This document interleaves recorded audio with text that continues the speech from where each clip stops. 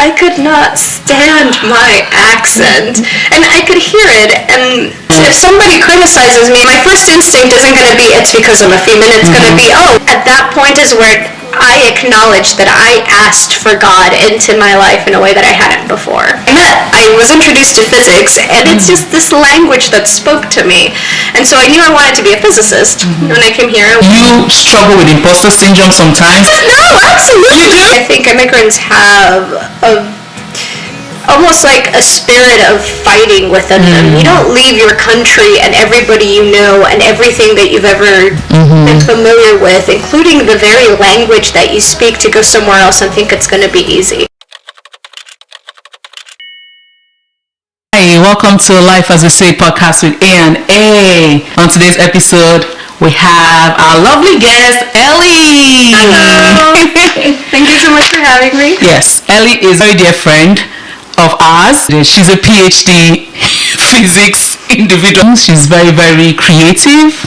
She works in a big corporation, very successful, accomplished engineer. She's a dog mom. She has the cutest dog ever named Maggie. And she's been married for over 5 years to the love of her life, Tom. Yeah. Yeah, so welcome, Ellie. Oh, thank you so much. Good to see you. Good to have you. So before we go deep into the episode, tell us a bit about yourself, your background, your story. We want to know more about you. My background. So I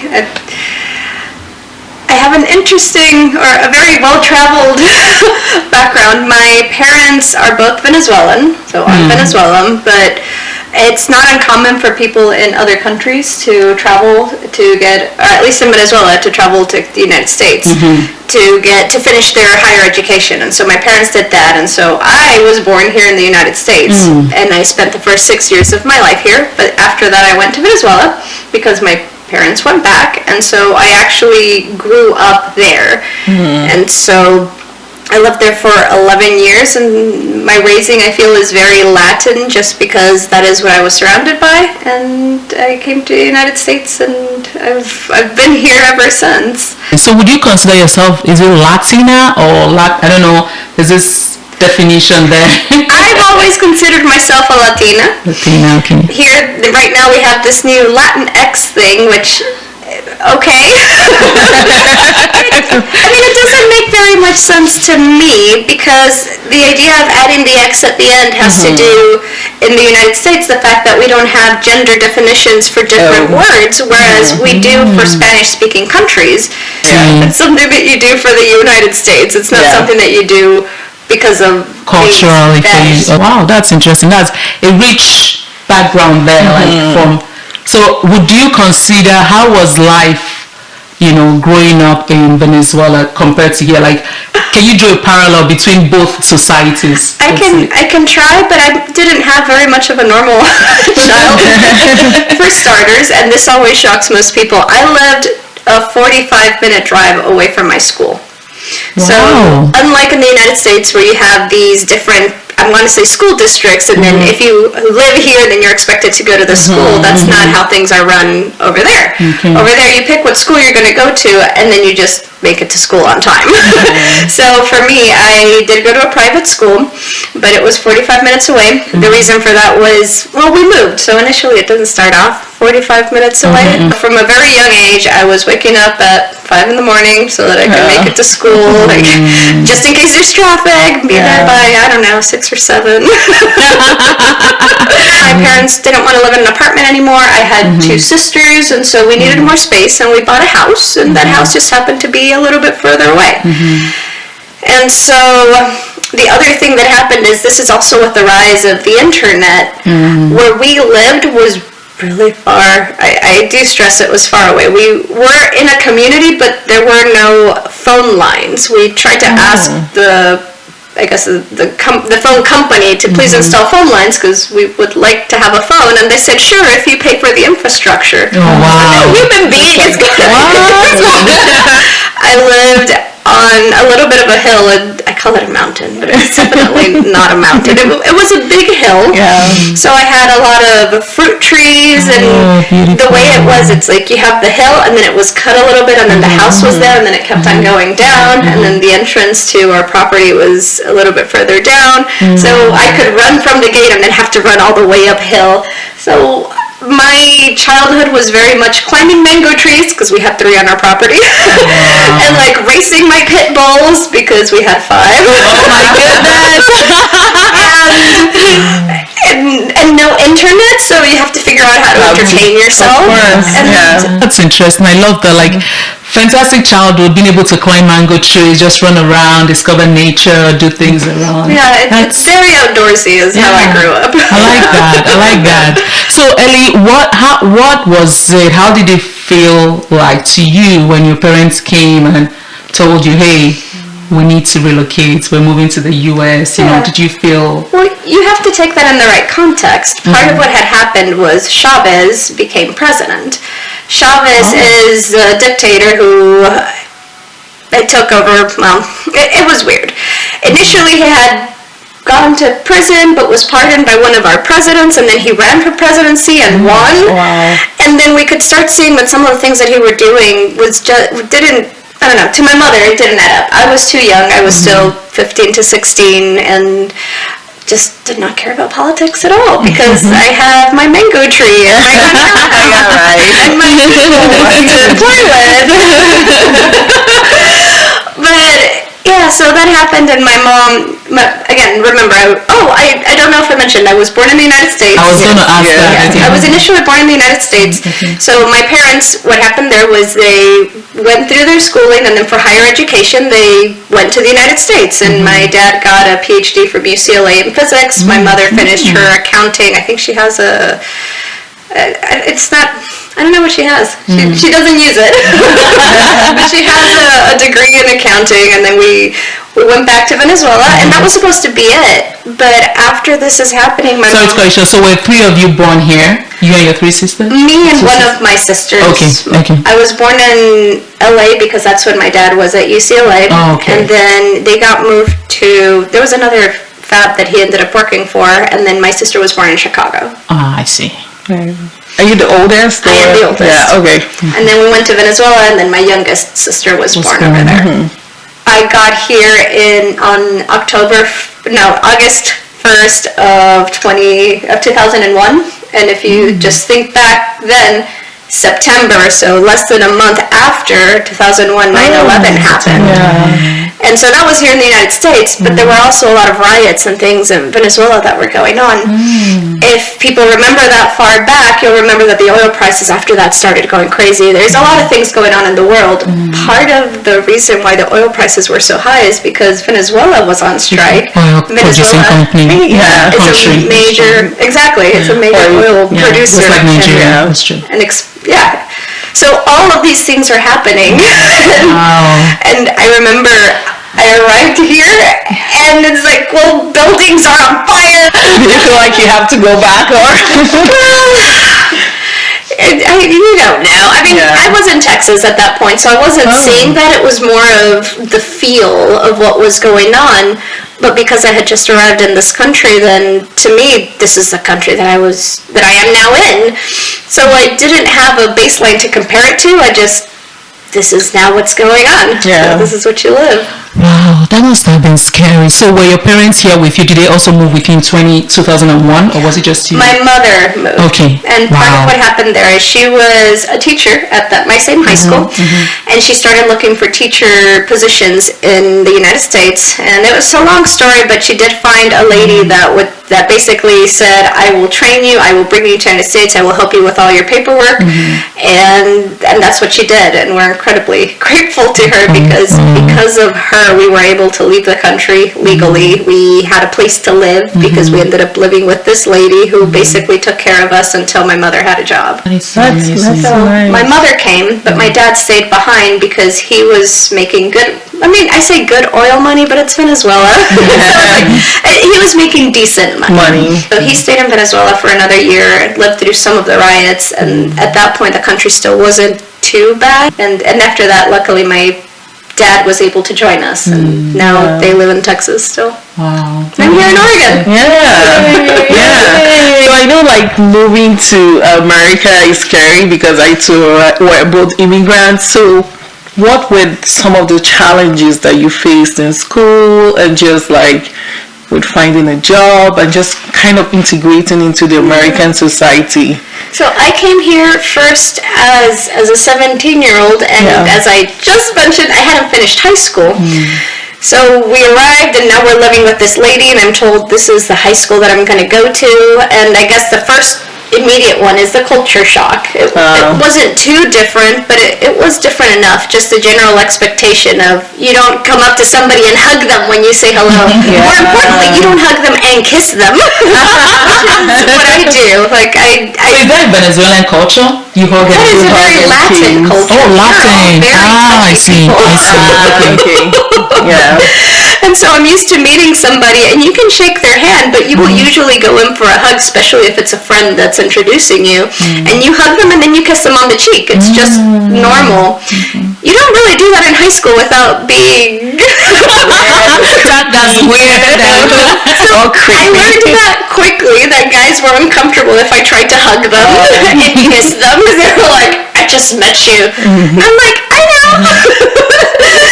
So that was a little bit. The other one was my accent. I could not stand my accent, and I could hear it. And because I was born in the United States, I had the good fortune, or I was blessed that I knew what grammar should sound like and what the sounds should sound like, and I could hear it coming out of my mouth, and it felt like somebody else was talking with a very thick Spanish accent. And I'm like, this isn't so great. So I practiced my y'alls. Okay. Especially because you're in Houston too. Howdy. And that was, I think, the main part of it. And again, still in high school, so it's just interacting with people that are about my age, realizing, they are also cliquey, but in a different way. We don't really have jocks in Venezuela because we don't have our education system. Explain what jocks are, because I think maybe, So for those who didn't, because not everyone understands that terminology, because we went to high school here, it tends to be like the sports group. So all of the guys who are playing football, they tend to be the jocks. They tend to be more popular. Okay. Yeah, and they can, but I don't want to try to stereotype, but they do fall into the more popular category of the group, whereas the popular kids. Yeah, and whereas we didn't really have that because that's not how our education was structured in Venezuela. I came here with a lot of science background, a very strong math background, and when I came here, I was shocked to realize that you hadn't learned integrals yet, but I had no clue what matrices were. So the way that math was taught is different things in different orders, and I was really good at some things that most of my class hadn't seen, and I was really bad at some things that everybody had learned, and I had no clue what they were. And would you say you still had those challenges too with like as you grew older? It was a little bit different, and that has a little bit to do with just how I see the world versus how other people see the world. So I do remember 9/11 happened, and I remember sitting there trying to understand why everybody was so upset. And I mean, in retrospect, it makes perfect sense.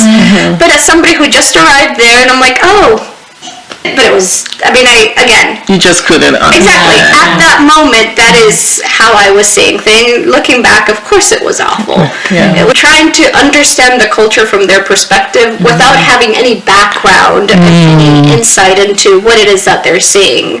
And with time, that got better. And so being there after having lived in another country where you see things, and then I'm constantly being confused with somebody who's Mexican because I speak Spanish. I don't speak Mexican. I speak Castilian Spanish. Okay. Also, are they different Spanishes? Different dialects. I see. Okay. So wait, so is your Spanish, you call it Castilian Spanish, is it different than the Spanish the Spaniards speak, and different than most Mexicans, Puerto Ricans? Yeah, everybody has their dialect. we say that our Castilian Spanish comes from a place in Spain because we were invaded by the Spaniards. But if I were to go to Spain, they also would have a different accent. They have the TH, like, what's it? Like they do the instead of sa. Oh, I see. And they also have different words for things, but we claim that we speak the true Castilian Spanish. Which I'm sure every Spanish, like every legit Spanish people from Spain would be like, no, you don't. But you all understand each other, like it's just difference in we call it dialects, because even in Nigeria where we have different languages, like someone from one state might have a slightly different dialect than the other. So I can tell you a funny story about a perfect difference between this. And I met somebody who was from Mexico in one of my classes in high school, and he had a car, but I asked him for a ride, and he just looks at me really weird, and I realized that one of the words that I use does not mean what he thinks it means. So then I changed the wording to, can you take me home, instead of can you give me a ride? And he's like, okay. I understand you now. And when he asked me back, what I asked him was, can I take your ass? oh no! Okay. Oh no! That is so weird. Very awkward. Close and spills.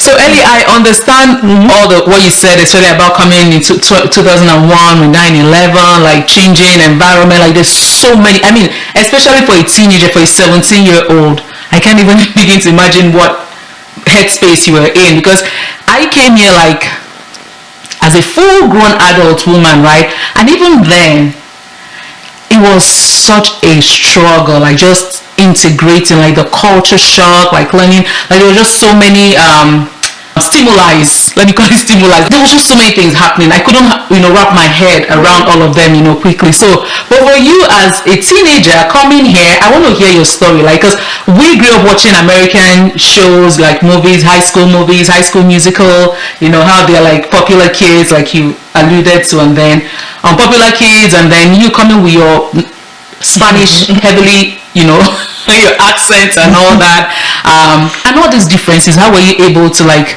I know you danced around it, but like, are there specific scenarios or examples you can share with us how you were able to integrate?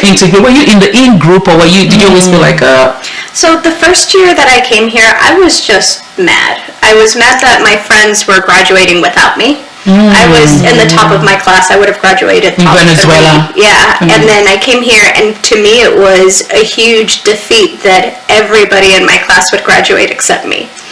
Because if I was the best in my class, then I would have been graduating. I mean, of course, like all of these other things are going on, but that's just how I felt. I was mad. I was mad at everybody, and recognizing that it wasn't anybody's fault. So I went a solid year where I had 2 friends, and those 2 friends were the people that I just happened to sit with on the bus to go to school. I didn't make an effort to make friends because first day of school, my mom told me, by the way, this is the school you're in this year, this will not be the school that you're in next year. Knowing that whatever connection I made right now, I wouldn't have the year after that. I just didn't care. I checked out. I just focused on my schooling because I didn't have much else. I think at that point I joined a debate team because I was trying to connect somehow, but not fully. I'm entirely too extroverted to not do something. Yeah, so because Ellie is so extroverted. When I met Ellie, I was like, hey, like, she gives these lovely hugs, and then like she just keeps, very cheerful attitude. Yeah, I really. Yeah, and then on top of that, I didn't make very many friends when I was like, I don't understand why you're so upset about 9/11. Yeah, you're probably gonna be step off the line. I was not a popular kid. That's good. So you didn't experience like bullying, like being isolated and all that. Your personality made it such that it was easier to navigate all of that. Yeah, for the first year I was fairly invisible and nobody really messed with me. I was lucky. Yeah, nobody tried to bully me. Yeah, that's good.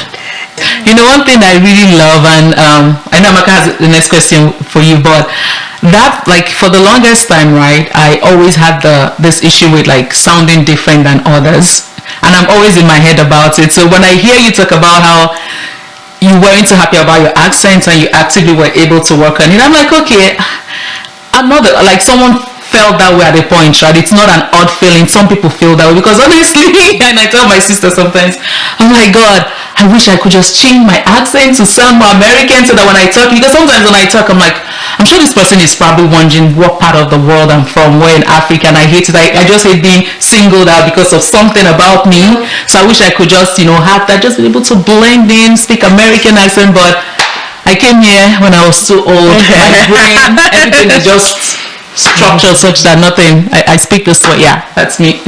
Nigerian accent. So the next question I have for you is, can you share about your achievements, milestones, becoming a Christian?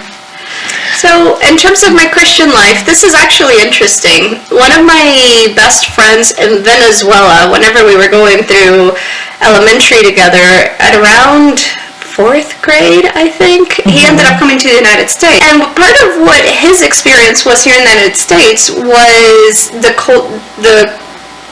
religious difference. And by that, what I mean is Venezuela is like 97% of the country is Catholic, period. It's Roman Catholic. So growing up, I even remember having a conversation with my cousins about, what do you mean Christians and Catholics are different? I mean, for the actual meaning of the word Catholicism is actually universal. So when you talk about the Christian church, and you talk about the Catholic church, you're talking about the universal Christian church. And I distinctly remember being in high school saying, okay, so which one's like, if you're thinking about it in terms of diagrams, is Christian bigger than Catholic, or is Catholic bigger than Christian?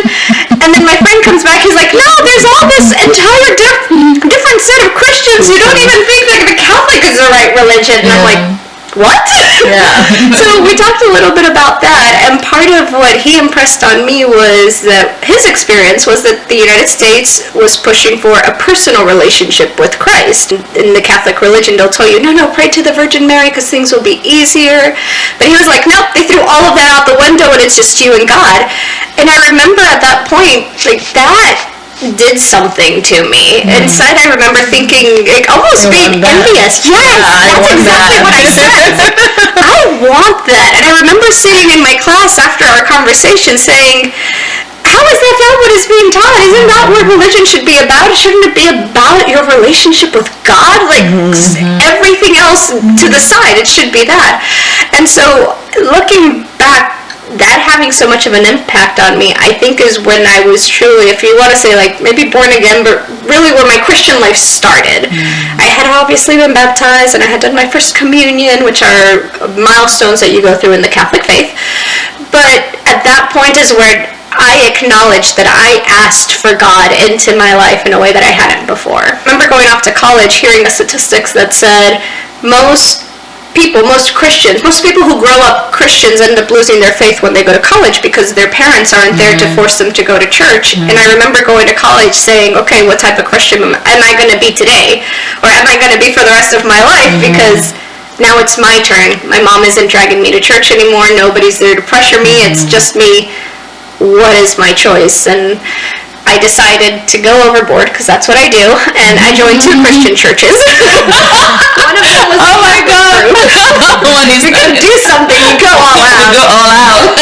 And then the other one was a Christians on Campus group, which is non-denominational. Yeah, they just did their own thing, and I talked to them, and I liked them, so I joined both of these groups, which is how I slowly started learning about Christianity in the United States outside of Catholicism. In terms of academics, because I grew up with very little other things to distract me, it was expected of me that I would do well in school, and I did. I mentioned that I have a strong STEM, like science and math background, and it's not just because I went to school there, it's because I legitimately enjoyed it and I understood it. Your dad passed that gene on to you. Yeah, because it helps that my dad was a physicist, and I've been hearing about how amazing physics is since I was born. Ellie has a PhD in physics, in case you didn't hear me say it earlier. Like, she is incredibly smart. I'm very science oriented, having a lot of time on my hands as a child. I also played a lot with Play-Doh and stuff, so I'm very artsy and crafty. Creative, You yeah. put all that together. When I got to high school and they're like, oh, there's a science fair. I said, okay, I'll join. I have no friends and silly experiment. I will fully acknowledge that was one of the times my dad came and I told him that I had joined and he's like, oh, I have an idea for something you can do. And Your dad helped you. Yeah, That's nice. And it was super basic. It was it's not a flashlight, but it was a very intense light bulb, and then I had filters in front of it, and then I had a light meter on the other side, and it went through a box, and I made like this little path so that the light would bounce a lot of times. And the idea is if there's a lot of contamination in the air, then that light will be scattered or it will be absorbed, and so when you measure the light at the other side, it won't be as intense. And so the whole idea was, is there contamination in the air? Then it won first prize. Wow, there you go. This is just 1 year after you came into the United States. That is awesome. Where she met. I was introduced to physics, and this was in Venezuela, and I was like, finally, I have this tool, and physics is what you use it for, and it's just this language that spoke to me. And so I knew I wanted to be a physicist. When I came here, I went to college, and the entire time I knew I wanted to be a physicist, and then I applied. I graduated also with honors because Of course, why not? when you're an overachiever. And then I started a PhD, and it took me 7.5 years to finish it, but I also finished it. And then I got hired as an engineer because of, I guess, my background and my experience. Great. Very impressive. I'm sure your dad is really super proud of you, like taking after going after his footsteps. That's really nice. So Ellie, let me ask you, I know, and I don't think I've ever asked you, we've had this discussion, do you struggle with imposter syndrome sometimes? And I think probably you said you don't because... What? No, absolutely. You do? Yes. You do? Oh my goodness, yes. Okay. That's absolutely normal. It was mostly obvious to me, I think I was in grad school. When I went to grad school, I was now among the best of the best. Like, nobody you don't have, I mean, you do, but most of the people that want to go to grad school aren't going to be lazy. They're going to be people who did well. High achievers too. They're going to be people who came from way better universities than I went to. So all of a sudden, I would say that I was surrounded by people that were on paper my peers. And year 2, I started with a scholarship. I started failing one of my classes, which was the first time in my life that I had ever done poorly at something that I liked, that I was studying for. And at that point I remember thinking, I don't belong here, like they made a mistake. Maybe it was a favor because I was a Latin woman and they wanted more women in the program. Like all of these things about how unworthy and how not good enough I was absolutely plagued me, and it took me a while to realize that I wasn't the only one that was like that because of my personality. I was talking to some friends and I mentioned to one of them, like, I was concerned I was about to fail this class. I was concerned that I was going to lose my scholarship. I was concerned I was going to be on probation and get kicked out. Like all the worst case scenarios that you're thinking of. And he's like, oh yeah, me too.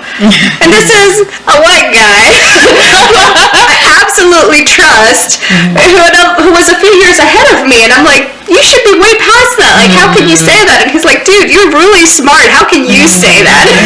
Like, what? But I got it at working at our company too. It's every time you start into a new position that is going to be challenging. I feel like most people think it was a mistake that I'm here, and you just have to either believe it's not or prove yourself wrong, because it's you that's saying that to yourself. It's not anybody else. You were hired because they thought you could be good enough. Yeah, because they thought you were worthy of it. So you just have to kind of believe it's true. I guess let me just take this side right now, since we're talking about career and all that. Are there things maybe you've experienced at work, biases or struggles as a woman an immigrant woman? I wouldn't say you're not a woman of color, right? Because for us Africans, African immigrants is a different set of struggles we go through as immigrants. For you, who is lighter skinned, you could easily pass for Caucasian. Like, what has your struggles been in the workplace and in the community, everywhere? Actually, I've been incredibly blessed that I haven't. Well, it's either I haven't had any or I just haven't noticed. You wouldn't notice because you're so extroverted. You're looking for the next person to smile with and be friendly with. You want to smile? I'm gonna make a friend out of you. Give me enough time. But no, I recognized that there were sexism issues in my school, but I never experienced them. So part of me wonders, like, were they real sexism issues, or were you mad because you were a woman that is also mediocre? Oh my God. And then you got attacked and you blame it on the wrong thing. But I wasn't there for it, so I can't say anything. But I don't personally feel that being a woman or being a minority was too much of a hindrance, or not even that. I don't feel that it was actively discriminated against because of it. There were some situations that I could see some people would treat me a little bit differently, but then whenever they got to know me a little bit better, I did have a friend that say, "Oh, you're not like the rest of them." I'm like, what does that even mean? That's not a compliment, actually. It is not, but it was more of them recognizing that even though I look similar to perhaps a different group, that I myself am not like You are you. yeah. That I'm not exactly that I'm not fitting into whatever stereotype they thought I had, and then because of that, then their attitude toward me changed fairly quickly, and then that was the end of it. Do you think it's because of maybe I don't know if I should call it cultural appropriation, like the way you've been able to integrate and insert yourself into mainstream American culture? Do you think that's why it's been easier for you? I think that's part of it, but the fact is that the people who are going to hate you because of what you look like aren't going to wait until they see whether you behave a certain way. Like, I am Latin. If you see me talking with my parents, it's all Spanish. So yes, I am able to hide it a little bit better because my skin is incredibly light. Like I have Asian friends that think I'm half Korean. I don't really look like much of anything. I look different, but not different enough for people to know. And I think maybe because of that, that might be part of my experience. That I don't feel like that aspect has been a problem for me. So I've gotten incredibly blessed. I think I've just been protected. I know other Latin friends that have had negative experiences of people telling them, go back to your country, which you could easily look at me and say, but I've never had that. And maybe because we have that blinders of I don't want, I wouldn't categorize whatever they're doing to me. I won't look at it under the lens of racism or sexism. Yeah, I think that's the other one. It's if somebody criticizes me, and that goes back to my slightly callous comment earlier, it's my first instinct isn't going to be it's because I'm a female woman. It's going to be, oh, what was my mistake so that I can fix it. And so there's a little bit of a personality change there that I've been in the same room with, and this is also part of my previous comment, I've been in the same room with people where they get negative feedback and they're saying it's because they're a woman. But honestly, I agree with the feedback, so it's not that. And I think above all things, as a constant, I'm assuming that people are giving me the feedback that they think is fair, not because of what I look like, but because of their experience. Right. And I know that's may not always be true. Yeah, I mean, two things can be right at once, right? It's possible, both ways. And it's feedback, it's up to you. Look at it and see if it's true, if it's something you need to fix, then you fix it. If it's something you think it's not. Yeah, but exactly. But obviously nobody has said something so awful that I'm like, maybe I should go back to my country. Absolutely. I'll send you first. You tell me how it's like being an American in Venezuela right now. So what advice would you have for someone like you, maybe someone that is just coming to America as a teenager, or somebody that's from Venezuela as well, or any other immigrant? What advice would you have for them? I mean, as a teen, I would just say this country has a lot to offer. They really, really do. And there's always going to be obstacles, but especially I think immigrants have almost like a spirit of fighting within them. You don't leave your country and everybody you know and everything that you've ever been familiar with, including the very language that you speak, to go somewhere else and think it's going to be easy. Like, we have a spirit of fighting within us that is unmatched, and as long as we hold on to that, I think we can do amazing things. being here doesn't give you a better life. Having actions toward that end goal does. So yeah. That's fantastic. That's fantastic. So Ellie, because I know we're almost done, but I still want to come back to this area of family, love, and relationships. So how was it, like, you were a teenager when you left Venezuela, and I don't know if you dated much, but how was it dating here in the US? Like, I know you met Tom many years ago. So speaking of culture changes, I mentioned Venezuelans are very touchy and hold my hand, and I mean, I didn't mention that part, but yeah, make out in public, like whatever. We're just a very physical people. That might be considered rude in some places here. It's called PDA. It's public display of affection, and it's just not welcomed in a lot of places. And it's not even that much. It's my husband in particular. I was always holding him, like, I want to hold your hand, I want to hold, like, you're mine, and you're and he was very much not like that. Like, he is very white with German background, and they're very different. Like, they're not as hand-holding. Germans are very stoic. And just getting past that, and it was a challenge for me to understand that his love language was different than mine. And not just in, like, physical, but, like, how words, like, I like pet names, and, like, yes, honey, yes, darling, and he's like, yes, Ellie. At one point, I got mad at him because I'm like, you don't love me, you don't have a pet name for me. Like, that's not even a white person thing, like, that's a you thing. I've heard other white people talking to their girlfriends, they have pet names. He's like, yeah, okay, Ellie. But we dated. This is not normal. We dated for 9.5 years. Oh, you started young, so it's not like, I mean, you're early 20s, so yeah. Well, the other thing was I did want to finish my PhD. And PhD takes a lot of focus and a lot of nights and a lot of everything. And he was also getting his PhD. So we met at the end of my undergrad, and he had already started his graduate, and we lived in different cities. So we lived 3 hours away. I knew that I wouldn't psychologically be okay with having a husband who wasn't present. So we also pushed out our wedding until we both graduated. In fact, we got married in May of 2016, and I graduated that August. And then I had a job lined up in Oregon, so I came here, and then he came in December. Ellie, thank you so much for sharing your story. Thank you, Ellie. Thank you so much. Do you have any last words for... No, well, thank you guys for coming, for inviting me. Thank you for coming. So anybody who's listening, it's just, if there's something you want, just figure out a way to align yourself and get it.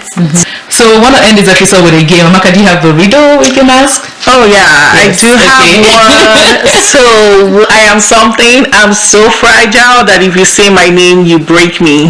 Silence.